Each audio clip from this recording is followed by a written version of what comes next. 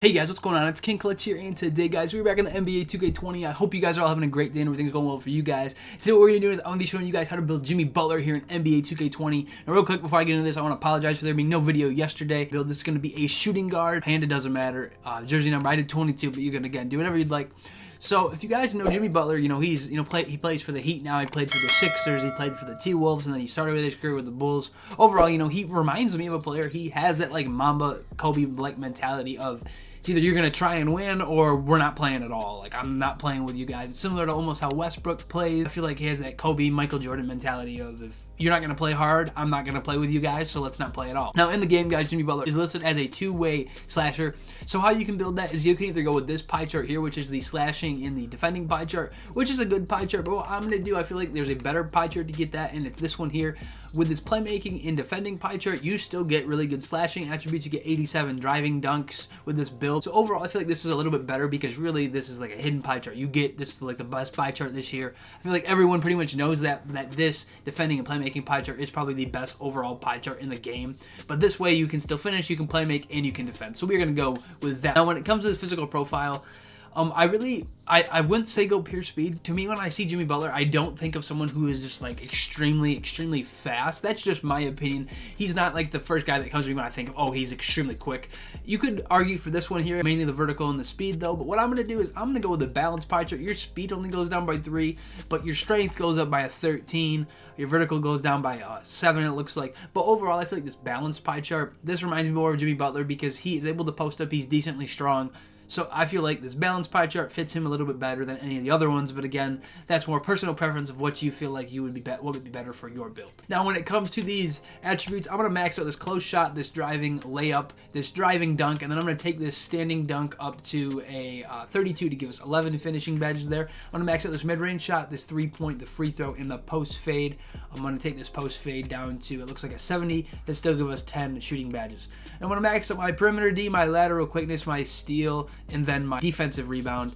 And then also I'm going to max out this ball handle as high as we can get it. And this pass accuracy, this is more personal preference. You can put this, you could leave it at a 75 and giving yourself 13 playmaking. You could go ahead and max it, really. It comes down to more personal preference of what you'd rather do with those last points. These last 26, what you could do, spend these on your block to give you 19 defensive badges. Now, in reality, what I think the better choice is, I wouldn't max out your pass accuracy, but I would get it up a little bit higher because as you guys can see here, going from 14 to 15 playmaking badges is an extra 5 points from 75.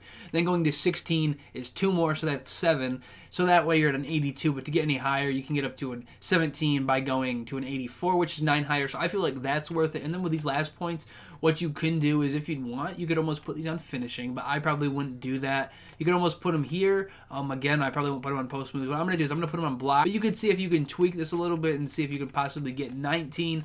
But what I'm going to do is just leave these all on block to give us 11 finishing, 10 shooting, and 17 playmaking, and then 18 defensive badges, guys. For the body shape, I feel like what fits Jimmy Butler, I feel like he's kind of a built dude, so we're going to go with the build. Now, guys, from the looks of it, it looks like Jimmy Butler is listed between anywhere between 6'6 and 6'7. Realistically, I would say you could go either 6'6 or 6'7. They're both decent heights. Really, with going 6'7", and it helps because your driving dunk doesn't tank too much. It tanks 2 more. So at that, you could get up to your driving dunk to an 85, and it looks like a 98. 6'6", it's going to be at a 96. You're going to be able to get those driving dunks a little bit higher. So I'm going to go 6'6", but again, you could easily go 6'7" if you'd like. I've seen him listed as 6'6 or 6'7. Now, for his weight, Jimmy Butler is listed as 230. I'm not going to go 230 with this build. I feel like with this build, especially in 2K, you kind of want to prioritize your speed and your lateral quickness with defensive builds. So what I'm going to do is take this down to 199 to give us a boost in our lateral quickness up to an 80. I feel like having the most lateral quickness we can is very important. I wouldn't go any lower though because you still want to be able to play defense with this build. You don't want to just get completely bumped around. 199 is good because the only thing you lose is strength. You don't lose any interior D or anything like that. So we're going to go with 199 there. We're also getting a boost to our excel in our vertical. Now when it comes to the wingspan, guys, Jimmy Butler's wingspan is listed as 79.5 inches.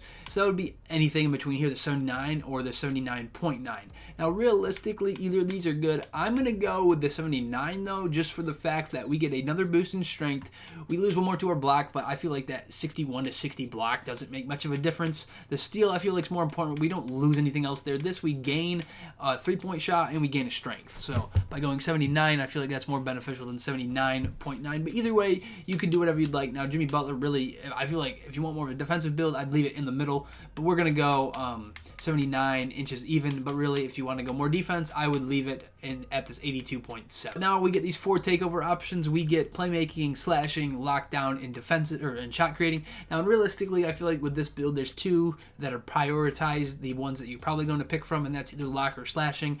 But realistically, playmaking or shot creating are good too. But I would probably pick between playmaking, slashing, and lock. I'm going to go lock takeover because I feel like that's what defines Jimmy Butler. But slashing takeover, you could easily make an argument for. Again, if you want to make a cheesy type build, go slashing take. But I'm going to go lock takeover because I feel like that is what defines what Jimmy Butler is, guys. Now, I know we did get a 2-way slashing playmaker here, but a big reason for that is because we upgraded our ball handle and our pass accuracy more than what we almost should have. If you were to upgrade that a little bit less and spend that more on block or your defensive or offensive rebound or interior D, you would get a 2-way slasher. But to me, the build name is important, but it's not the end of the world. I feel like overall this build's better than having not as many playmaking badges, but that's just my opinion. I'm going to go ahead and show you guys the best badges I would throw on this build. What you could do, you could have less playmaking badges, but I feel like you kind of want to prioritize that with your getting Hall of Fame playmaking badges. But again, you could go ahead and change the statistic a little bit if you'd like to get the 2-way slasher. But to me, I'm not really overly concerned about that. But I'm going to put contact finisher here on gold. I'm going to put relentless on silver, giant slayer on silver, slithery on silver, fancy footwork on silver. Now again, you could switch those around, but I feel like those help define what Jimmy Butler does. He's a very good finisher at the rim, and I feel like contact finisher on on gold is a no-brainer. And the rest of these on silver are great. You can maybe put some of them on bronze if you want to get consistent or things like that. But overall, I feel like those are good finishing badges. Now, when it comes to these shooting badges, I'm going to put quick draw here on silver. That's just where I like it. You can put it wherever you'd like. We're just going to leave it on silver. Now, I'm going to put range extender here on gold. Again, I feel like you should have that. For any type of shooting build, that should help out. We're going to put difficult shots on silver. We're going to put deadeye on silver, and I'm going to put catch and shoot on bronze. Now, that's kind of what I like to do, especially having difficult shots. You can definitely shoot runners, bronze catch and shoot, so you can catch if you're playing off ball with the ball.